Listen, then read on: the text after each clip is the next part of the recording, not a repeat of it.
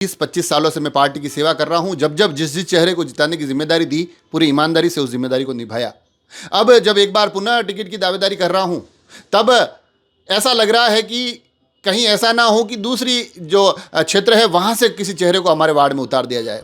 General seat आई है 15 साल बाद, तो आज हमारे को मौका मिला है, तो टिकट के लिए आनाकानी कर रहे हैं। दूसरे वार्ड से लोग हमारे यहाँ के चुनाव लड़ना चाहते हैं और किसी नए आदमी को या किसी बाहर के आदमी को टिकट देना चाहते हैं, वो हम स्वीकार नहीं करेंगे। 40 वार्ड है, उसमें अलग अलग चेहरे जो तैयारी कर रहे हैं, उनमें से 33 नंबर वार्ड में एक तो हमारा स्थानीय चुना जाए। उसमें भी आप अपना जिक्र कर रहे हैं कि लगातार पार्टी के प्रत्याशियों के लिए डटा रहा, विधानसभा लोकसभा सभी चुनाव में अपनी जिम्मेदारी निभाई और एक अदद टिकट हमारे समाज के नाम पे भी दे दिया जाए।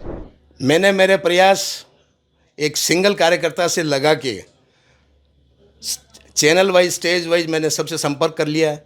सबको मैंने मेरा आवेदन, मेरी कार्यशैली, अनुभव सबको बता दिया। भाजपा का ऐसा कोई पदाधिकारी नहीं है जयपुर लेवल तक जिनको मैंने मेरी बात नहीं रखी।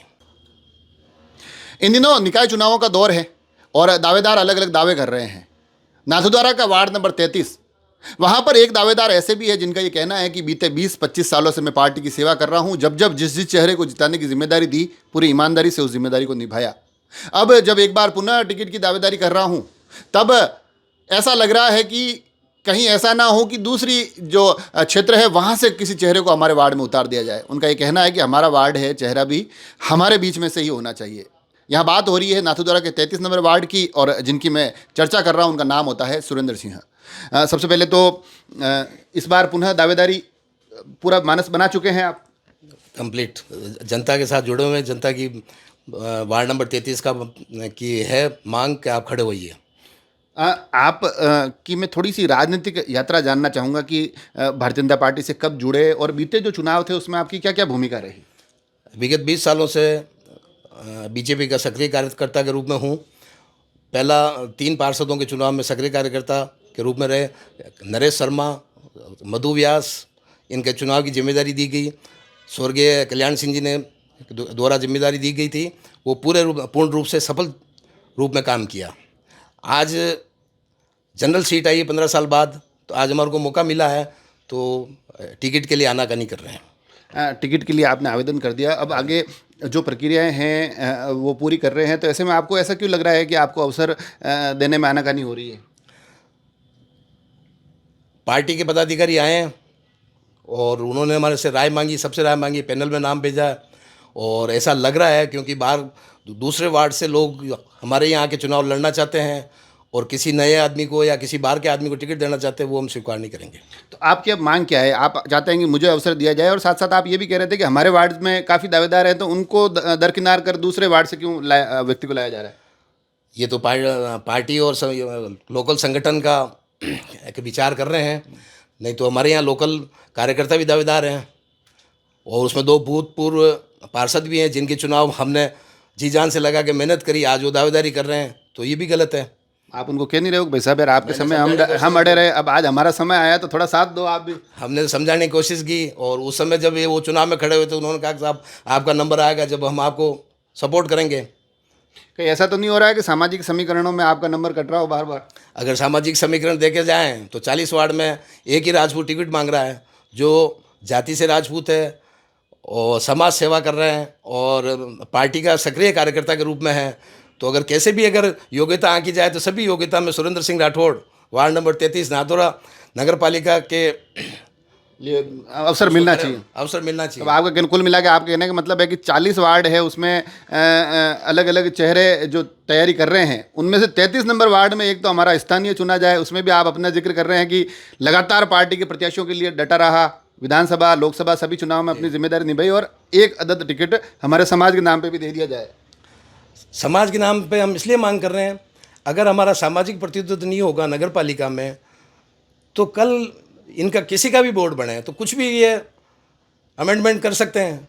जैसे अभी राजसमंद में राज सिंह जी, महाराणा राज सिंह जी मार्ग के लिए हमने लड़ाई लड़ी है। कल अगर बोर्ड बनता है, अगर राजपूत प्रतिनिधित्व नहीं होता थी तो मर्जी आए जैसे भी नाम चेंज कर देंगे। तो कहीं कहीं सामाजिक प्रतिनिधित्व तो हाईकमान को भी सोचना चाहिए। राजपूतों ने इतना बलिदान दिया पार्टी के लिए, देश के लिए, तो थोड़ी बहुत तो हम भी इच्छा रखते हैं। आपको लगता है कि ये क्योंकि सामाजिक रूप से भी एक बाहुल्य क्षेत्र है, तो ऐसे में नगर पालिका में भी एक प्रतिनिधित्व के तौर पर आपका कहना है कि हमको अवसर दिया जाना चाहिए, बिल्कुल सही मांग है हमारी। अगर मौका नहीं मिलता है तो? मौका नहीं मिलता है तो समय अनुसार जो सोच विचार के फैसला लिया जाएगा, पहले हाईकमान का आदेश मानेंगे। इस संदर्भ में आपकी किसके संगठन के लोगों से चर्चा चल रही है या फिर जो स्थानीय विधायक हैं उनसे बातचीत हो रही है? मैंने मेरे प्रयास एक सिंगल कार्यकर्ता से लगा के चैनल वाइज स्टेज वाइज मैंने सबसे संपर्क कर लिया है। सबको मैंने मेरा आवेदन, मेरी कार्यशैली, अनुभव सबको बता दिया। भाजपा का ऐसा कोई पदाधिकारी नहीं है जयपुर लेवल तक जिनको मैंने मेरी बात नहीं रखी। फिर भी सुनवाई आपको लग रहा है कि वैसी नहीं हो रही जैसी होनी चाहिए? अगर इतनी बात होने के बाद में भी अगर सुनवाई होती तो मेरा सौभाग्य है, और नहीं होती तो फिर आगे सोचा जाएगा।